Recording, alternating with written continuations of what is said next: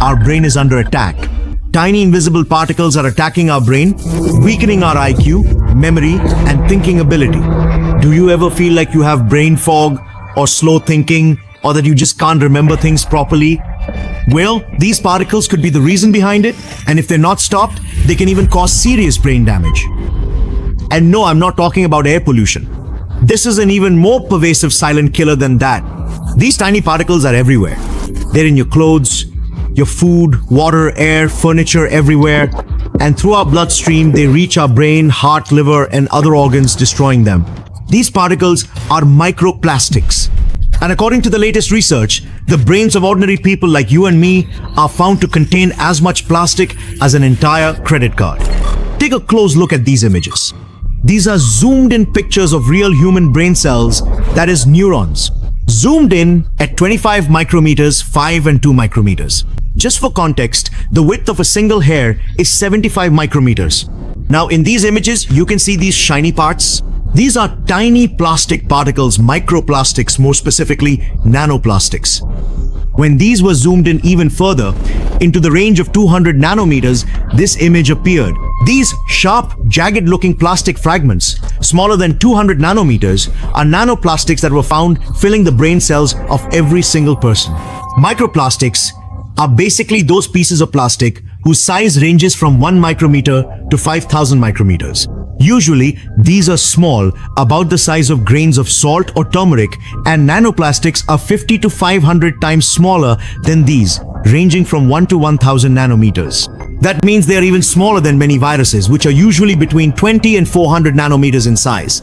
And that's why they can easily cross the blood-brain barrier and reach your brain.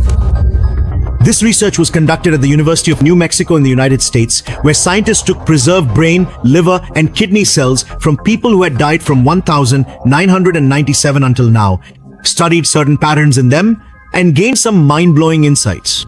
Let me quickly tell you about them one by one. Number 1. Looking at this data, it was found that the amount of plastic in all organs has been rapidly increasing from 1997 until now. Number 2. As you can see, plastic particles accumulate the most in our brain, 8 to 10 times more than in any other organ. Our brain is especially vulnerable to plastic accumulation because it is made up of 60% fat. And plastic particles are fat soluble. That means the fats we consume in our diet, these fat molecules easily absorb them like a sponge and carry them through the blood to the brain, from where it becomes extremely difficult to remove them. I will also talk about how to detoxify the brain further ahead. I will offer you complete solutions. But there is no point in solutions without understanding the root of the problem. That's why let's continue. Number 3. In this same research, scientists also observed another interesting thing. People who suffered from memory loss, that is dementia, had 5 to 7 times more micro and nanoplastics in their brain cells compared to normal brains.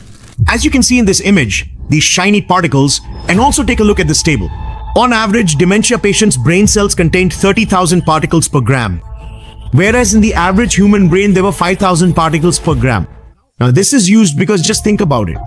An average human brain weighs about 1.3 kilograms. And if there are roughly 5,000 micrograms of plastic per gram, that means in total, an average human brain contains around 6.5 grams of plastic. That is about as much as an entire credit card or 3 full plastic bottle caps. 1 to 2 grams, give or take. Now, before you accuse this research of being fake, let me tell you that this is a properly peer-reviewed scientific paper. It has been verified by other scientists and published in the top science journal Nature Medicine. By the way, as always, you'll find the link to it along with all the research data in the description below. Now, take a look at the shocking research from the University of Massachusetts Amherst. In just 1 year, even newborn babies are losing up to 1.7 crore IQ points, just because their brains aren't developing properly due to these microplastics, resulting in a loss of productivity worth 7 lakh crore rupees. In short, these particles are silently making humans dumber. But this is just the beginning. These same microplastics have also been linked to 54 lakh cases of heart disease and are associated with the premature deaths of 1.6 lakh people. So with so much plastic accumulating in our brains and organs, where is it all coming from? Well, as far as the plastic running through our veins is concerned, it is entering our bodies through 4 major sources: food, water, air, and skin. And you will literally be shocked to know just how deeply our lives are buried under piles of plastic. And then I'll tell you about the silent havoc this plastic is wreaking inside us. Just take a look at this image.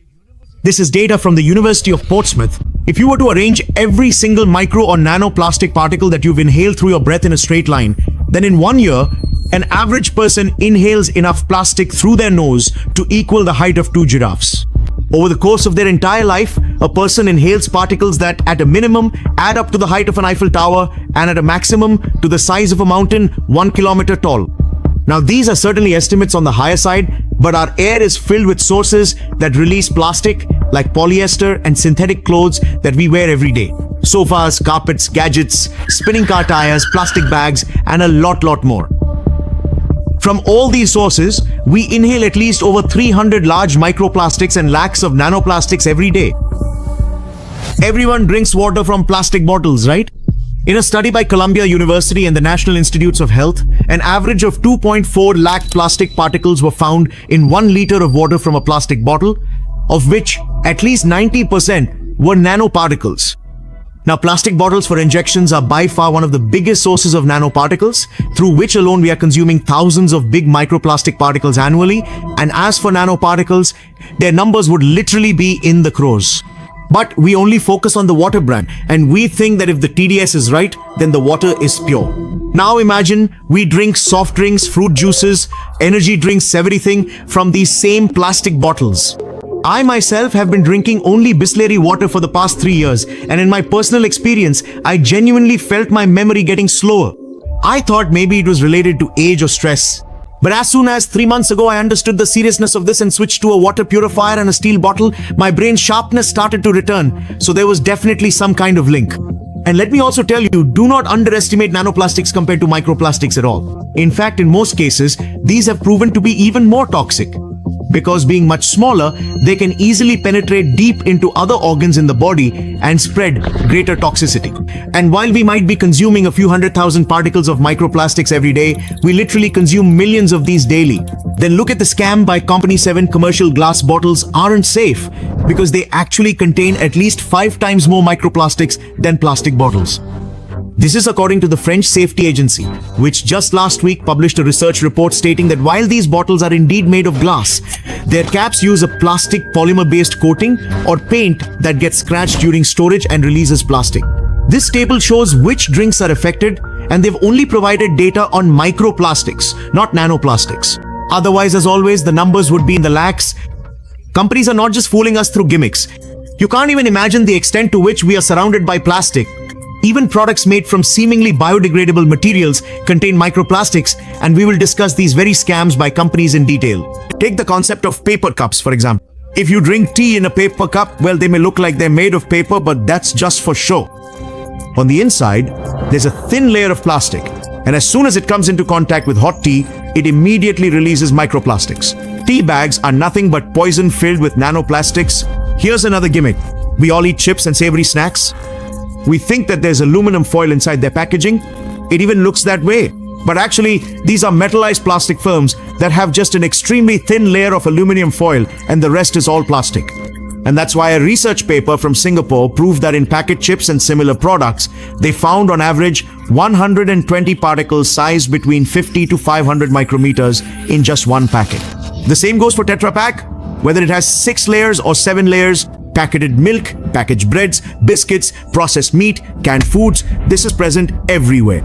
Now, what shocked me the most was when I read this Italian research paper. For the first time, samples of 18 fruits and vegetables grown in the fields were taken and thoroughly analyzed, and it was found that they contained significant amounts of microplastics. It was observed that fruits like apples and pears had the highest quantities, while vegetables like lettuce had the lowest.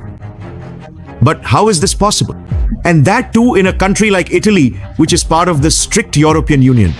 I told you, plastic is everywhere. The soil these grow in, the water used on them, their shed soil of these release plastic, which is absorbed by the roots of these plants, and through their xylem and phloem vessels, reaches the fruits and vegetables. Now, in such a situation, the biggest question is, what should humans even eat? In skin creams, they're literally being used as a thickening agent. A 2019 research paper from the University of Amsterdam found that a 50 milliliters anti-wrinkle cream contained 1.48 million plastic particles. That means even more plastic than what you would find in an entire year's worth of salt. A 2017 study revealed that 60% of face creams and 83% of sunscreens contain microplastics. Among these, nanoplastics smaller than 1 micrometer can potentially enter the body through human skin, which has also been proven in skin models. And once they get inside our bodies, they start circulating throughout the body via the bloodstream. Microplastics have been confirmed in the blood of 77 to 90% of blood donors. Through this blood, they begin to deposit in various organs: the liver, kidneys, heart, lungs, testicles, and most importantly, the brain. Now, here comes a very big catch. Look, regulatory bodies like the USA's FDA said in 2024 that we don't have enough evidence to prove that the amount of microplastics entering our bodies is actually damaging our health. Note, they said we don't have enough evidence. Now, exactly how much is enough? They very smartly never told us. But in my opinion, the answer is until the public says enough is enough. Because how can the FDA allow the trillion-dollar penetration of plastics to be stopped? The lobby is just too powerful. If you do even a little bit of research, you'll find plenty of scientific evidence that this is actually causing damage. We very easily say that this plastic is a threat to the external environment. So do these same toxic plastics turn into nectar once they enter our bodies? And there are 13,000 types of chemicals used in these, out of which 3,200 are plainly toxic. The real danger isn't outside, but inside. In 2024, the New England Journal of Medicine provided evidence proving that heart patients whose heart blockages contained higher amounts of micro and nanoplastics had a 2.1 to 4.5 times greater risk of heart attack or stroke, even after treatment, which is huge. And why wouldn't it be? We also have plenty of cellular mechanism evidence proving that microplastics put stress on cells and cause inflammation. Basically, they stick to the plaque in the heart and do two things there. Number one, they cause oxidation and ROS damage. And number two, they create chemical and mechanical stress there. Because of these two activities, our soldier cells get activated, which create inflammation. As a result, protein and plaque clots start to form. These combine with existing plaque to worsen the blockage and can cause a heart attack. Doctors often can't pinpoint the exact cause because these silent factors also contribute significantly to worsening the risk factors. But its greatest impact is on our brains, where these are found in quantities 7 to 30 times higher than in any other organ. It's not large microplastics, but rather nanoplastics measuring 50 to 200 nanometers that are accumulating in the brain.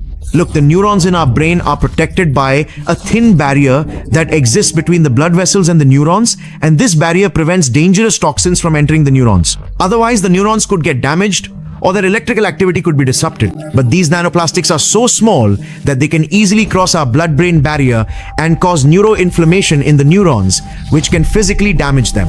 Now, of course, to test this, we can't experiment on living humans. That's why scientists conducted several experiments on the brains of live mice, and the results are alarming. Mice that were drinking micro and nanoplastics through water started showing symptoms like memory loss and cognitive decline in just 3 weeks. A 2025 research experiment had live mice ingest microplastics and tracked their brain performance in real time. When given some memory-related tasks, these mice performed measurably worse.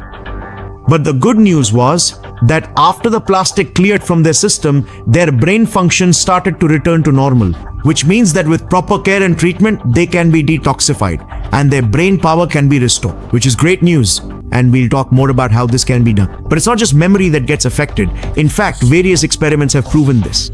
Their special intelligence, meaning their ability to solve mazes, as well as their motor movements, that is, their movement abilities, were also impacted. In fact, some were even observed to experience depression, and we've already seen the correlation of dementia cases in humans. We also know the mechanism. Oxidative stress causes chronic neuroinflammation, which damages neurons.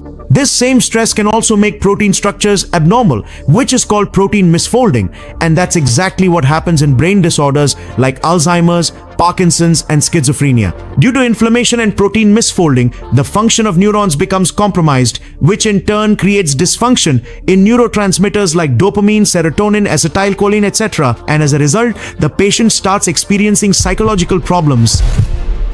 Now, doctors simply mask the psychological symptoms by prescribing medication.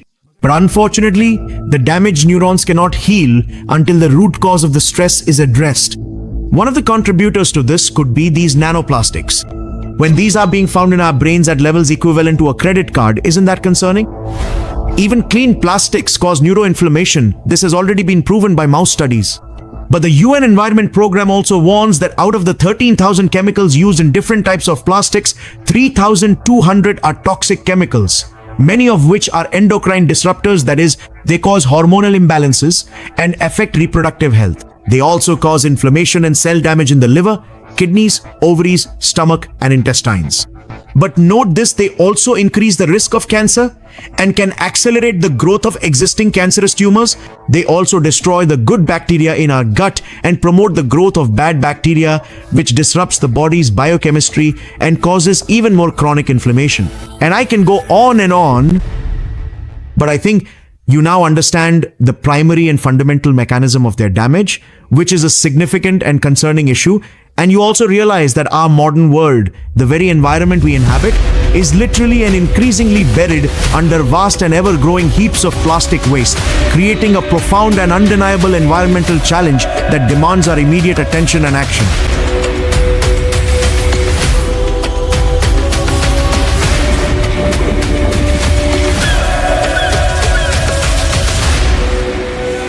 Trillions of pieces of plastic are choking the very lifeblood of our Earth. So what could be the solution to this? Now let's talk about solution show. Can we protect our bodies from these microplastics and give ourselves that basic level of health, which in today's times has literally become a privilege to attain? Well, don't worry friends, get set, fly science. My longtime viewers know this well. There's a mindset of using scientific thinking in life, of empowering it. And to develop scientific thinking, your mind shouldn't have any microplastics in it. Well, that's why, to effectively counter this problem, I'll share a simple strategy that's based on 3 strong pillars. Your 3 strong pillars will be 1. Prevention, number 2.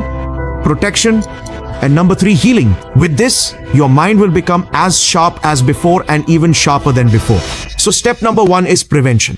You see, the biggest problem we humans have is our mindset. We know we're doing something wrong, but still, we have this "it's okay" attitude.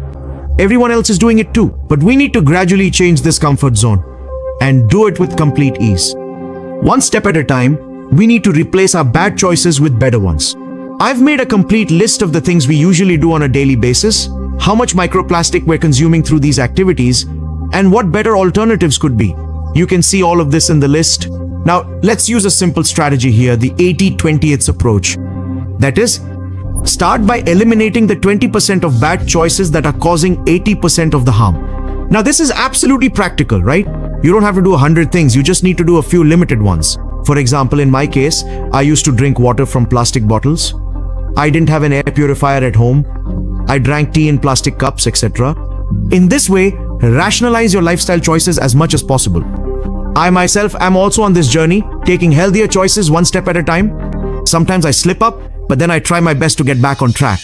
Also, to prevent inhaling microplastics from the air, definitely invest in a good air purifier, which according to research can block 50 to 80% of microplastics. Now, step number 2 is protection.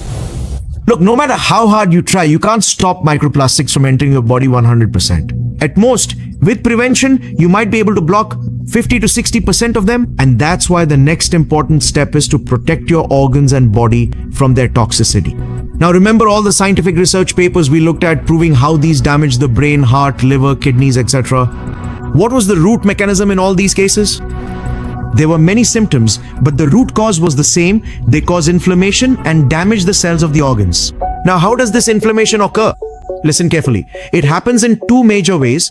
First, as soon as the body detects these alien microplastic particles, it perceives them as a threat and sounds the alarm to activate our soldier cells. This alarm is what we call cytokines, which are basically protein signaling molecules like IL-6, TNF-alpha, etc. Now the soldier cells, that is your macrophages, neutrophils, etc., get activated and attack them with their arsenal. This arsenal is NADPH, which tries to oxidize these microplastics in order to eliminate them. But how would these poor cells know that the whole world hasn't been able to get rid of this plastic? They keep trying, keep bombarding, and a lot of ROS, that is, reactive oxygen molecules, keep getting created, which start dropping oxidation bombs on the surrounding healthy cells as well. This weakens the cell walls of the organs, and if this keeps happening chronically, it leads to organ damage. So basically, we need to stop these ROS, that is reactive oxygen molecules, which explode like bombs inside healthy cells from causing destruction. And this job can be done by certain specific types of antioxidants, which make these two mechanisms, ROS and the foreign particle invasion, alarmless overreactive. Two antioxidant supplements are perfect for this purpose. Curcumin 750 milligrams to 1.5 grams per day, and NAC, that is N-acetylcysteine, 500 milligrams to 1 gram per day, which is actually a precursor of glutathione, the master antioxidant. Both of these specifically reduce inflammation in the body by controlling the NF-κB, that is the nuclear factor kappa beta pathway. And in several studies, they have been shown to reduce inflammation in cells by 40 to 60%. You get curcumin in turmeric, but the quantity is low and its absorption is extremely weak. That's why in supplements it is given along with piperine, which increases its absorption tenfold. Now, other powerful but slightly less effective antioxidants for this purpose are green tea extracts, 500 milligrams. They contain EGCG, which is epigallocatechin, 500 milligrams. Astaxanthin, dosage from 4 milligrams to 12 milligrams, and coenzyme Q10, 100 milligrams to 300 milligrams. In my opinion, green tea extracts, NAC and curcumin would make a killer combo, which will not only provide protection from inflammation but also offer benefits like fat loss. According to the WHO, chronic inflammation is actually the root cause of 70% of serious diseases. Did you know this? Now let's talk about the final step, which is healing.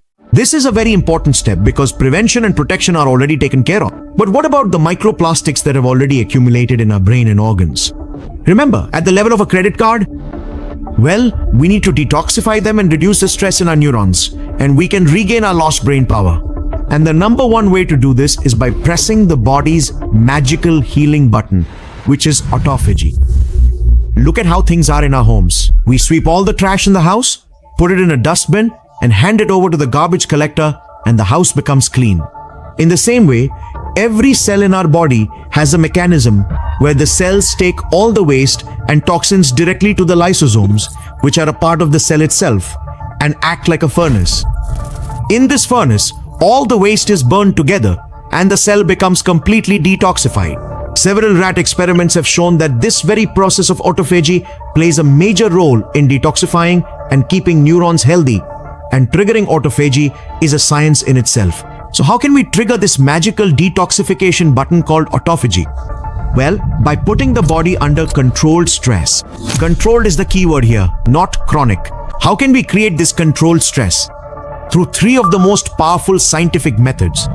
Number one, fasting for 12 to 18 hours. According to the Nobel Prize-winning research of 2016, one of the most effective ways to trigger autophagy is fasting. Because due to constant digestion and metabolism throughout the day, the body can't properly focus on cleanup. Alright, now there are also some specific nutrients that can create an environment in the body similar to fasting.